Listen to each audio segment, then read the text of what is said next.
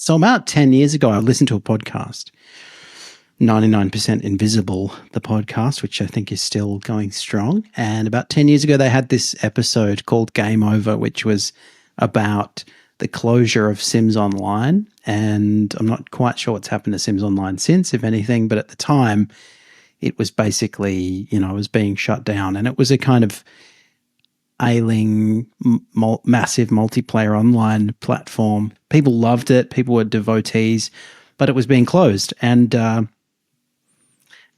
so it kind of, this episode captured the sort of dying hours and minutes of this virtual world, which was amazing to listen to because it kind of was like, this sort of weird representation of the end of the world, people saying their goodbyes, talking about how much this world had meant to them, saying, oh, we'll try and stay in touch on different platforms, but like knowing that it wouldn't quite be the same and whatever. It was like the last day of school or something. Yeah. Anyway, so I've always kind of remembered that podcast and wondered how many other stories there are out there that are a bit like that. But I've been looking at something in the last couple of weeks, which I think the algo just put on my screen on YouTube, and I got interested in, which was basically a kind of, I guess it's the kind of next stage in that process. So I'm talking about the kind of exploration of what is called dead games, what is widely known as dead games, which is this sort of strange afterlife for somewhere like, Sims Online. And so, it might be that, and these are basically, I'll come to some of the people making this content, but they're looking at a variety of different places online that could be called dead games. They're talking about, say somewhere like Sims Online, maybe it was, gone for a while, maybe even a couple of years, and then it gets brought back. There have been a couple of examples of that happening because, the software, the rights get bought by some other group of consortium that decides to bring it back. Maybe they, bring it back with a $10 a month charge or something. Or maybe, it doesn't get brought back, but a fan builds a kind of DIY mod of the game that the people who use that original platform sort of migrate over to. Or maybe it just doesn't get brought back. It just kind of gets, like it's a platform that could be something like a Counter-Strike type, sort of battle royale type platform, or it could be closer to a kind of Sims Online, massive multiplayer world sort of platform. And it just gradually dwindles to the point where you've got, either literally no one still on it, but the server is still carrying it and so you can still access it. Or maybe you've got like occasional sort of weird little stragglers who like to kind of still use this platform, even though it's fallen way out of favor. And I got enthralled. So I started watching this, this clip that I've sent to you by a guy called Globert. Yeah. It's like it's a 20-minute video. Yeah. It's a 20-minute video on YouTube.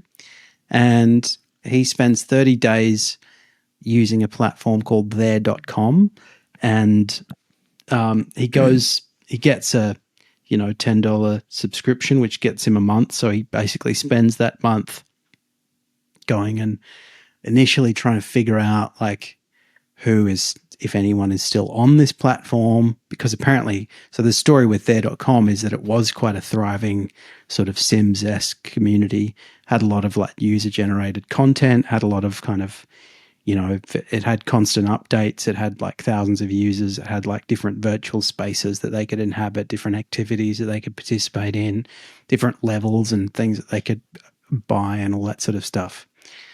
And then it went off, it was taken down. And then maybe a year later it gets put back up, but it gets put back up with a $10 a month subscription. And by then, of course, most of the thousands of people who've used it have just gone on to other things or, died. And then, died in tragic circumstances. Yeah. And just maybe just to clarify as well, John, for anybody who's not as familiar with these kind of worlds, these online games look like it's like a world with actual people, avatars of humans, or human-like creatures, sort of anthropomorphic fox-like creatures, I guess, and you Yep. can walk around, and it mimics a real world, and there's typically Exactly. islands and cities, and Yeah. you as an avatar, you walk around, and when a game was really popular, you would see, like in the real world, you would see a ton of people that you could Thousands of approach people. and go and talk to. Yeah. And then when these games dwindle in popularity, those people who used to log onto their computer and get into the game and play, once they stop doing that, in the same way that a mining boom is suddenly over and a town that once You go was to a full of ghost town. people, you go to a ghost Exactly. town, but it's like a virtual Yeah. ghost town. Exactly. That's exactly what it is. Yeah, thanks. That's a good clarification. So yes, it looks, like it's this big map that you can kind of wander around at will, and there'll be, there might be like a theme park, there might be a marketplace, there might be a temple, there might be a castle or a whirlpool or whatever. Churches I even saw. Yeah, that's right. So this guy Globert starts by walking around these huge spaces, and they look completely abandoned. He goes to these sort of town centers, and there's just no one there. But you can see, of course, all of the detail that would have gone that went into the game when people did use it. So there's all the kind of structures and spaces and all the design that went into the original game. That's still there. And there are kind of moving objects, like, there'll be, I don't know, like a Ferris wheel that's just sitting there spinning with nobody on it or whatever, or like a flashing sign that's just sitting there, advertising a marketplace that nobody's in or whatever. So it really looks like a kind of visual representation of like a post-apocalyptic city. Yeah. And then, as he's kind of wandering around, he starts to see, like in the distance, he'll be like, oh, I think that's another person. And so he'll come up to them. Like after days of searching and feeling completely alone, he's just like, I'm alone in this world. Fucking watching 28 Days Later or something. So he goes, oh, I think that's a person, comes up to them. And as you say, it'll be like some kind of anthropomorphic dolphin. And he'll be like, and he'll just have his mic on and he'll be like, hey, man. And the dolphin just won't say anything and he'll wander off. And then he'll be like, I don't know if that was another person or what that was. And then this goes on for ages, and he keeps going, like trying to look on sort of local, because there's these like virtual notice boards that'll tell you what's going on in the community and things like that. Anyway, so through following those kinds of cues, he ends up at this quiz, basically. A quiz night in a sort of weird little hall. In a weird little hall, and it's literally like the quiz master, who's just another avatar, and then like one person sitting there, and she says hello, and he's like, hi, wow, I can't believe there are people in here, and starts like listening to the quiz master's like, oh, thank you for joining us. And he's like, this is fucking so weird. And then the quiz master just starts this like weird little, general knowledge quiz, and he kind of does okay, but not too well. For two people. For two people. And so it would have, if he hadn't rocked up, it would have just been the quiz master and this woman.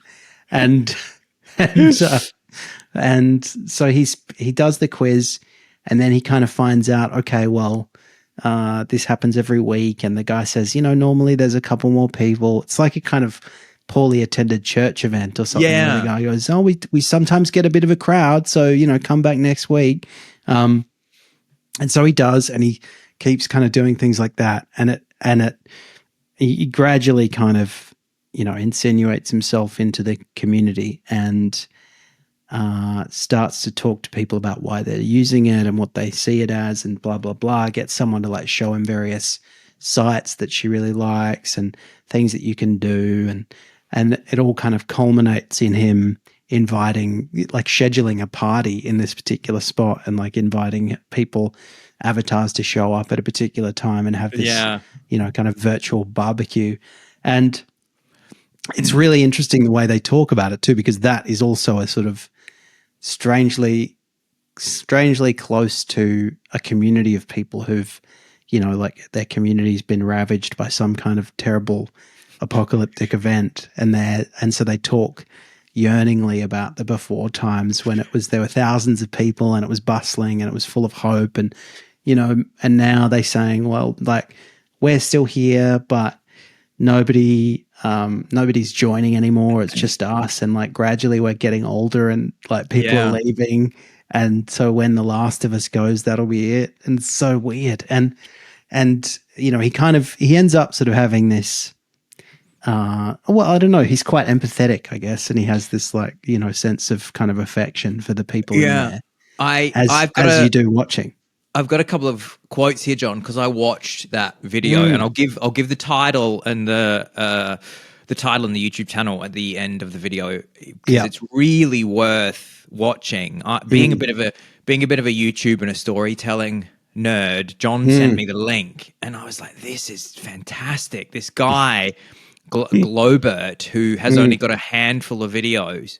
It's really like a documentary. It has all the hallmarks of a documentary where he has this, and it's very clever. The conceit at the start is, like you say, John, I'm going to host a party. Like, this is a dead game. Nobody's in here except a handful of people. And so at the start of the video, he sets it up and he says, what I'm going to do is I'm going to live in here for 30 days. I'm going to meet everybody. And then at the end, I'm going to throw a huge party and show everyone and bring everybody together. So you're hooked from the start because you want to see at the end, oh, how's this party going to go? And he set himself this challenge. But he meets this...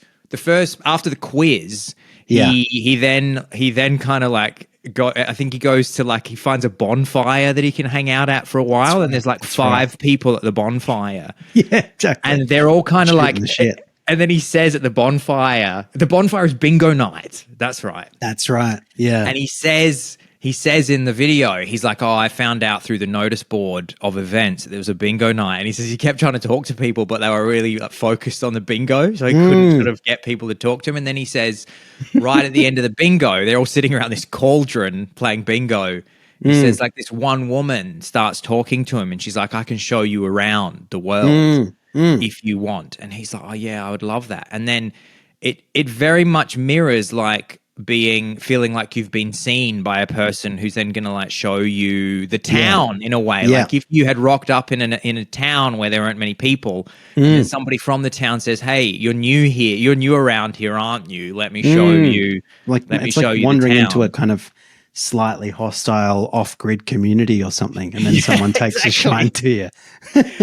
And then she says to him, she's like, you can kind of tell from her voice that she might be an older lady in real life. And she says, and he starts asking her like, oh, how long have you been playing this game? And she says, I've been in this world since 2008 and I've watched people's kids grow up, because I guess people will have had children who were avatars in this game, and then they I guess they talk about their real life a little bit. And I think other people had even said they'd met each other in real life. Exactly. But she says it's very touching. She says, I like to help people that are new around. And she goes, we don't get new people around here like we're used to anymore. And then she goes, there's not a lot of people in world anymore like there used to be. And then at the end, she says, in world. And then she says to him as they're leaving for the evening, she says, you and me, we're buddies now. So if you need anything, you just let me know. Yeah, that's right. It is. It's like a kind of, you know, Rust Belt town that's been abandoned by the march of society, and they're all just aging out. Except it's all like castles and space that you can visit, and you can like fly to different locations. Yeah. So then it culminates in him hosting this party, and he kind of, you know, I think he actually ends up staying on for an extra month or something, just because he's like, you know, quite taken with it. Anyway, so that got me into this kind of world. I watched a couple of other Globert videos, and then I watched a couple of other people who have made content in the same sort of genre. So there's a person called Redline, Rye Games is another one, and Who's Suda is another one. So there's a few, and they, you know, I mean, they're a little bit different from each other, but because they cover this kind of range of different platforms that all meet the definition of a sort of dead world or a dead game.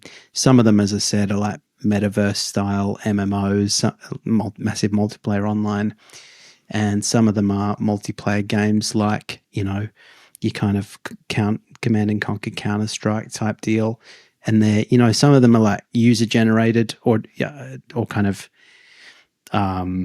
like platforms or mods that are made by just individual programmers, and then they're uploaded onto Roblox or Steam, these platforms that allow you to play games. And maybe they have their moment in the sun, and then, everyone kind of moves on to the latest thing, or they stop getting updated or whatever. But of course, like for a lot of these things, you will just get people who, for whatever reason, they're just like, well, I know that the graphics and the functionality has improved, but I like this game and I feel comfortable with it and I have fun with it.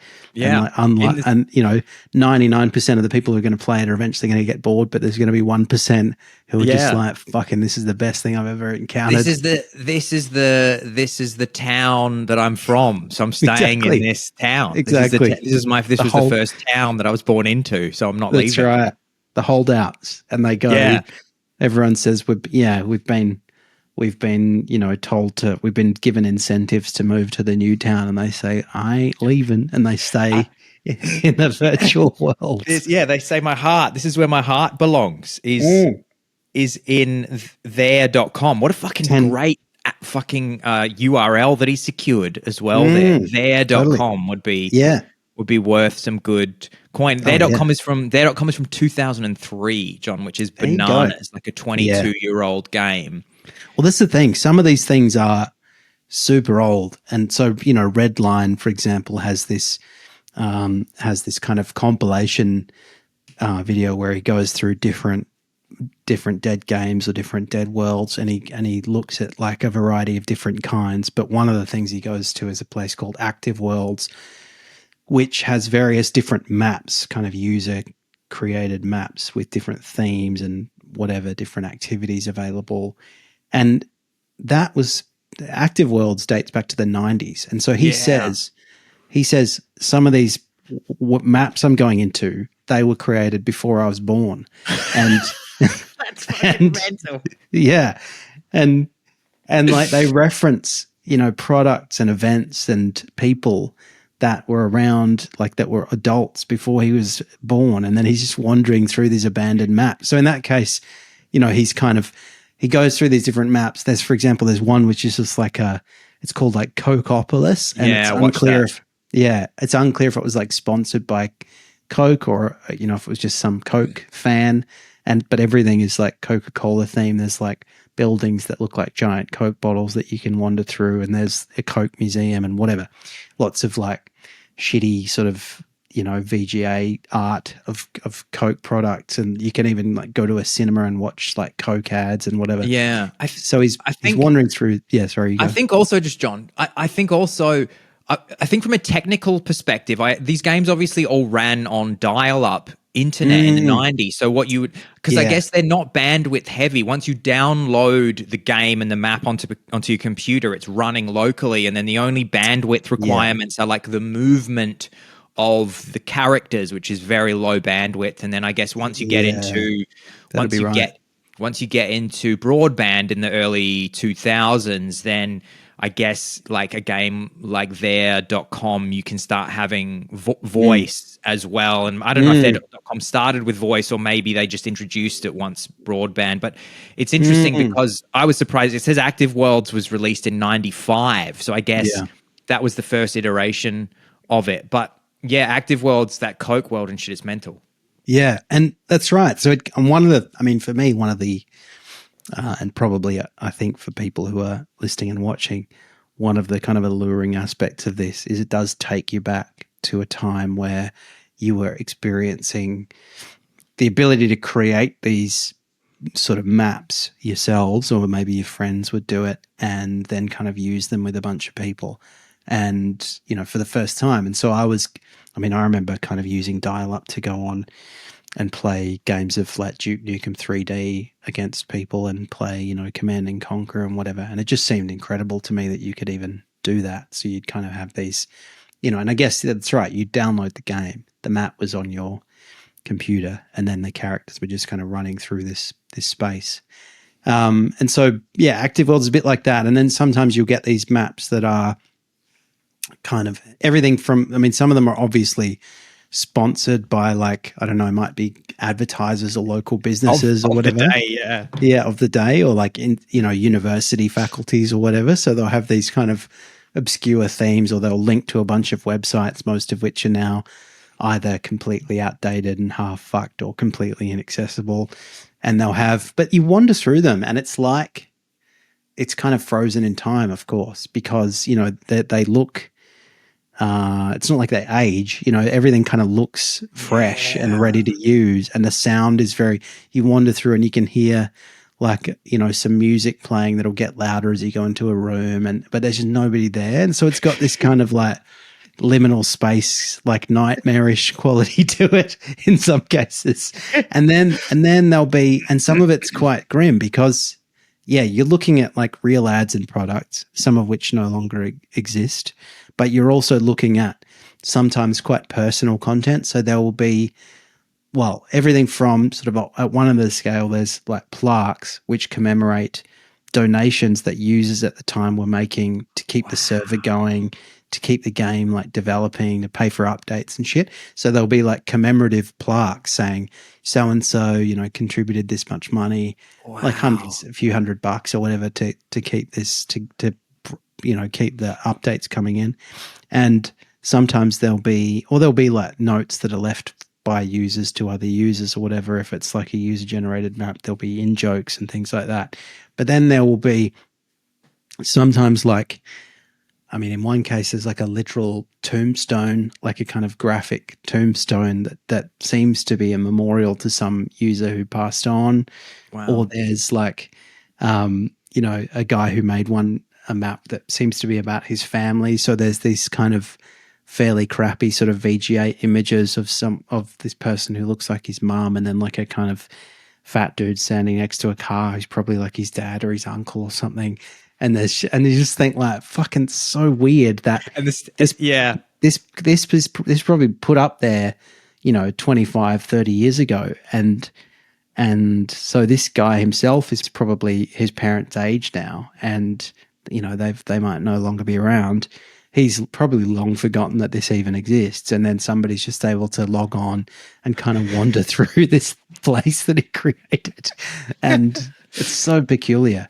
And then occasionally you'll see other people wandering around in these worlds. So Redline, you know, goes to one place where I think people are using like snowboards or something to whiz around this map. And there's just a couple of dudes like on snowboards, don't really want to talk. They just want to kind of ride around. In one, there's like a dolphin that doesn't say anything, but it's just kind of flapping around. And you think, who is this person? Like, why are they in there just by themselves being a dolphin? not wanting to talk to anyone. Exactly. And then Globert has one encounter in a place which is a bit like their.com, but it's a different sort of more anime-ish one. And he meets up with this girl, and that you can't hear her. It's just communicating with text messages that appear as little speech bubbles. And she says, let's go back to my hut. And then like she says, oh, can you use your credits to buy us a couch? And so he does that. and then she's sitting on the couch with him, and she says like, do you want to be girlfriend and boyfriend? And he's like, just so good. Yeah. It's like these kind of very odd little nooks. Like, how did this person what are they still doing in here? Who are they? What's their story? So yeah, it's great. And then, you know, there'll be kind of, I mean, you know, that's sort of one type of platform. Then there'll be your kind of more like, as I said, battle royale type situations. But I mean, they've got a different vibe, I guess, because they'll be, you know, they would have used to basically be not really places where people would interact, but just people you're just places where people would kill each other and then respawn, except there'll be just like 2 or 3 people wandering around in this massive map. And I mean, you know, they're kind of, sometimes they're quite amazing though, because they are like very, very elaborate, you know, lots of attention to detail, and there'll be historic maps. So there'll be, you know, recreations of the Battle of Gettysburg or recreations of the Western Front in World War I. And instead of being distracted by the game, you just get to wander around this landscape with like nobody in it anymore. Like going to a tourist exhibit.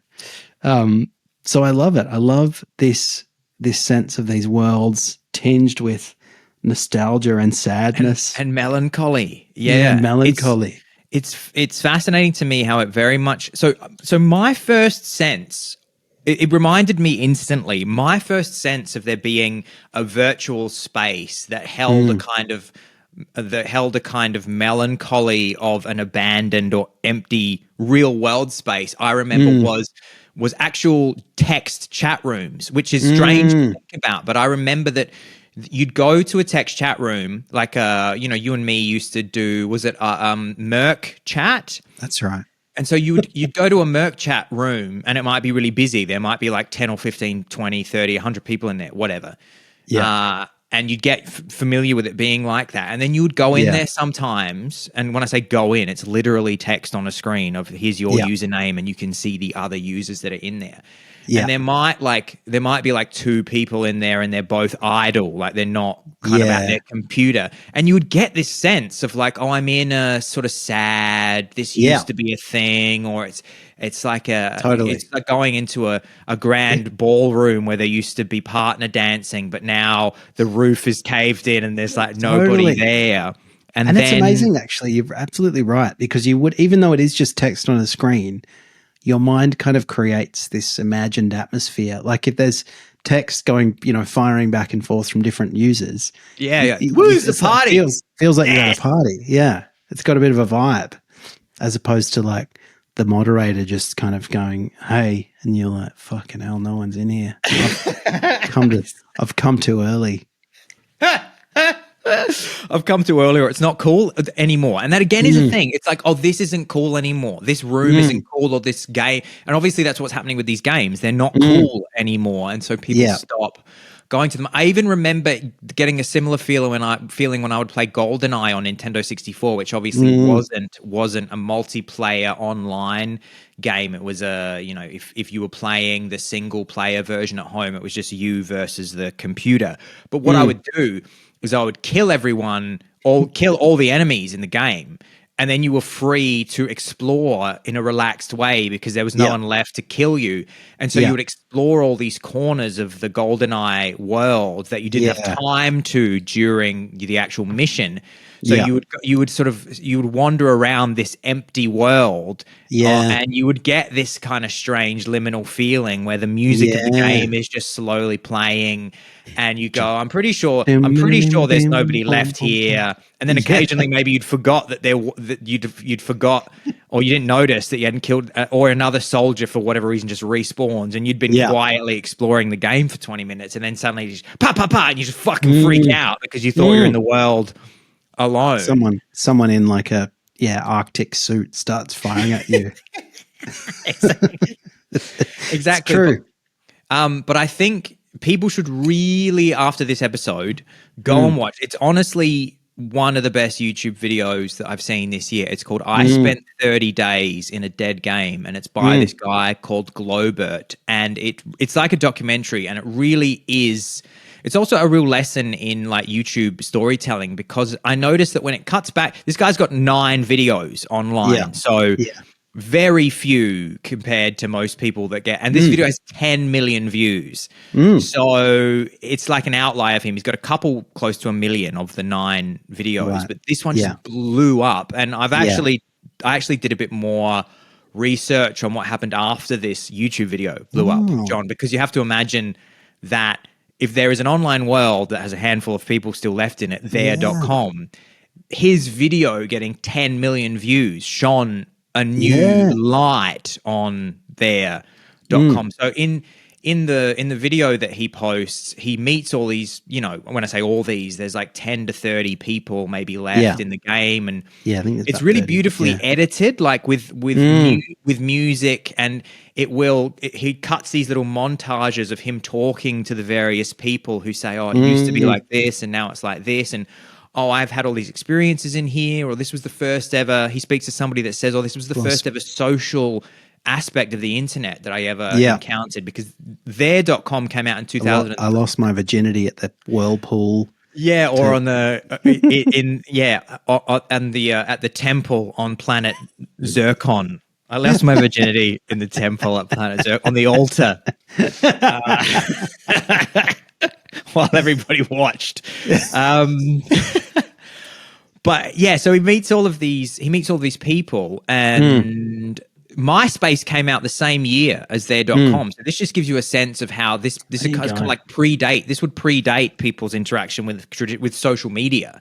Would be their .com. He talks to somebody. There's somebody still in their .com who was there in 2003. This guy called Zip. There's a guy called Zip who's still in there, who's like an old dude, and he's talking to Zip, and Zip's just like got his arm like back. The avatar's just got his arm back, and he's like, "I bought this place in 2009." It's fucking crazy, and it's great, isn't it? But, yeah. But the other thing is just how, particularly with the kind of user-generated maps and things like that, people have spent huge. I mean, tens of thousands of hours building these places. And it kind of, one of the things I like about it is it gives you this sense of the internet as an actual kind of virtual space, that just gets kind of abandoned in parts as people migrate to different areas or do different things. But a lot of those spaces are still there and you can go and visit them, but there's just nothing, happening in them anymore. And yet, that you walk past these, like, Redline will walk past these walls with really detailed illustrations or poems or fucking, jokes or and just really detailed maps. And you think like that was, a huge amount of somebody's time. And maybe it never really got, some of these places never really got appreciated at the time. They just kind of have sat there as this, creative project that somebody's worked on that never really went anywhere or whatever. Or maybe they had a little, moment in the sun and then that they've just sat there for 20 years. So it kind of feels as though you are like, I don't know, you're seeing this huge kind of wellspring of creativity that's now just completely overlooked, that basically doesn't serve any purpose anymore, which adds to the sense of, melancholy that like, wow, people really spend a lot of time in this, doing this stuff. They thought it was kind of the next big thing. It was like their whole, their social life was spent here. Their kind of creative output was focused on developing these maps or whatever. And now there's just nobody looking at this. But also it kind of, it's a bit of a historical, it's like a archive of internet possibilities, or like technological possibilities. Obviously what you can do on some of these platforms 20 years ago seems pretty ridiculous now or whatever, but it was like the cutting edge at the time, and people were using it creatively, I guess, in ways that led to other types of, technology becoming available or new techniques for creating maps or whatever it was. So it's kind of nice that it's still there. And I don't know, it makes me think like if I was in that world, I'd be doing a PhD on just like some of the trends and history of those kinds of spaces. But, as it is, I'd probably just try and chase down a dolphin and make them talk to me. The interesting thing as well about their.com is because there's only 10 or so, like 10, 30 to maybe a top 100 people left in that world. They're all people that got into it years ago, so they're older people. So there's no kids. There's no kids in there, so you can tell from people's voices that they are either like retired or probably like in their 50s. Because even if I started playing it in 2003, I would have been just like 20 years old, which, in my 20s, which is crazy to think. And I wouldn't have, I probably wouldn't have gotten into it when I was 20 because I had like other cool things to do back then, in the early 2000s. But yeah, so you probably had people that started it back then, and so they're now 50 and 60. They talk in the video about how some people have died, like in real life. You don't know.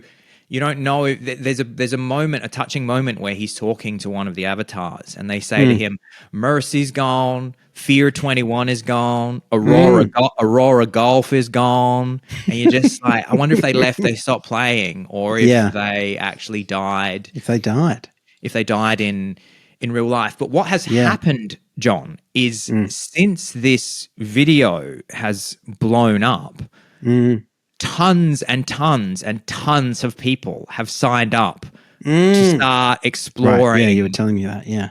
So they have, because of this video. So this world that has just been abandoned, and I think the people themselves are kind of lonely. I mean, obviously they have their own little community, and it's kind of tight knit because everybody knows each other. Yeah. But they want more people to come and repopulate this world and bring it back to its glory days. Yeah. And so now, once you've watched this video, if you just YouTube clubwow.com, then I can send it to you here, John. So this is what's happened. This is like the club that used to be abandoned in the world now, like as of a few days ago, 2 weeks ago. Right. So if you have a look. Oh yeah. Okay. So here we go. You and me are in Club Wow. All right. And it's packed. Please pass a wood to them or a wooden drink to them. Hey, guys, I want to thank all the Phoenix Stars that showed up to help all the new members. Wow, what heroes you guys are. And also all the old members that took their time and effort to make sure the DJ's like, man, I've been playing to no one for years. And now you're all in here. You're back. You like all the new people are in here. And he says, thanks to the old members who've been training everybody on how to like play the game, what buttons do what the possibilities are. And everybody's just going, we love there.com. And yeah. And it's coincided with oh, look at that guy reaching for the lasers. Yeah, okay. Pink shorts. I think I think John's got his week planned out. He's John's going to be in Club Wow, getting on it with all these people. We totally should. As a follow-up, we should join and go and say hi to everybody. I'll just read some of the top. I can't trust myself. I'll ruin it for everyone. You absolutely will. Yeah, we definitely should sign up for there.com. I'll also say some of the comments on that video from Globert are really touching. Like people, like there's this woman who's the top comment on the video says, the woman showing you around is so sweet. You can tell it means a lot to her to be able to like show a new person around. Yeah. And if you just read the top comments on that Globert video, they're actually very touching. Like people have been very moved by that video. You've got and one of them I read was a guy who was responsible for designing there.com, I think, or was like involved in it when it was in its heyday. Somebody's like, wow, this has been wonderful to like revisit it. Yeah, it says, hey, Will here, the developer. I'd like to show my gratitude on you for showcasing such an old project of mine and bringing back some of the player base for a while. It was really special for me to watch and see this. And then people have written, this made me feel strangely emotional. This is a really important point as well. A lot of people have said, I miss the time when the internet was just a bunch of people trying to find real connection in virtual places. Which you feel. It feels like it's so different to this era we live in now where everybody's just trying to upset everybody all the time because basically like the algorithm, everybody worked out that the way the algorithms work is just outrage. So everybody now just farms outrage, and it's pre-social media algorithm. Like, I'm just going to harvest my virtual carrots and like be nice to people. It's true. Host a quiz, go to church. Exactly. I'm going to go in there though and really bring it up to speed. I'm going to buy a hut and then cover it with contentious political slogans. You'll be up there saying you've called me by the wrong neo pronoun. I'm having you banned from the game. That'll be you. And then I'm Aziza and all the old like people who joined in 2003 will just be like, this is the new generation. They fucked it for everyone. This used to just be simple. I used to just trade some virtual carrots for, access to a surfboard, and that was my day. Oh man, I loved this, John. I loved that link. As soon as you sent that to me, I started watching it, and I just wrote, "Oh, this is fucking excellent. This is like it's a really unique YouTube video as well." It is. I was like, I haven't seen anything. I didn't know these. I mean, I knew kind of. Oh, there must be virtual worlds that were popular, and they're not really inhabited anymore. But I hadn't really thought about it. Yeah. And then this guy has it's not just, I'm just going to go and see what's happening. He's made this like narrative arc, and he's met these there's like characters. There's character development in this video. You're just on board. I don't know. I've got two things to end this episode with, both of them. I don't know if it's just me being hormonal. I got quite emotional at the end of this YouTube video, because he starts playing like emotive, nostalgic sort of music, and then it's all this cutting of the people talking to him about what the world used to be and what it means to them, and then he's getting ready for the party, and he said, these people have become my friends. So it's nice. It's very sweet. And I mean, many of you will remember one thing I was going to mention but haven't yet is Gary's Mod, or Gmod, which is basically a kind of sandbox game developed and published by Valve, and it's been going for kind of 20 odd years. That is something that we've all probably, maybe seen bits of without even knowing it perhaps. But, that at the time was a kind of huge, it was a huge leap forward in sort of the capacity for people to create user-generated or kind of, I don't know, DIY games that had, maybe they were just sandbox, maybe they had like a weird built-in theme or different characters or whatever. And it does, like, just watching it makes you remember the excitement of feeling like the internet was a bit more of a place that you could use for your own weird little kind of wholesome ends. I just want to develop a weird map and share it with people or whatever. Or I want to try creating this virtual world. I mean, that sort of is not, it's certainly not something I've just outgrown it, but it's not really something I associate with internet culture anymore, that kind of, sense of sort of open source, community, creativity. And I think this is what the world needs right now. It needs a return to their.com. Everybody needs to get back to their.com. So it's called I Spent 30 Days in a Dead Game by Globert, and everybody should absolutely check it out. I want to say that's been a great Don't Praise the Machine episode. Yeah, Globert, if you're out there, hit us up. We would love to. We just want to say we love that video. John Maloney, do you want to take us out of the show? Do you want to say to everybody where to go? I want to say, everybody, if you're not doing anything next weekend, head on down to their.com and you will see me in a different form. I'll be in a short skirt and I'll have a zebra head, but I will be reaching for the lasers in the virtual discotheque at their.com. Come join me. It's a world where there are no rules and you can leave your hang-ups, your stresses at the door and just get into, just leave here and go to there.com and and I can't wait to see you on the knee floor, and we can't wait to see you next week at the podcast.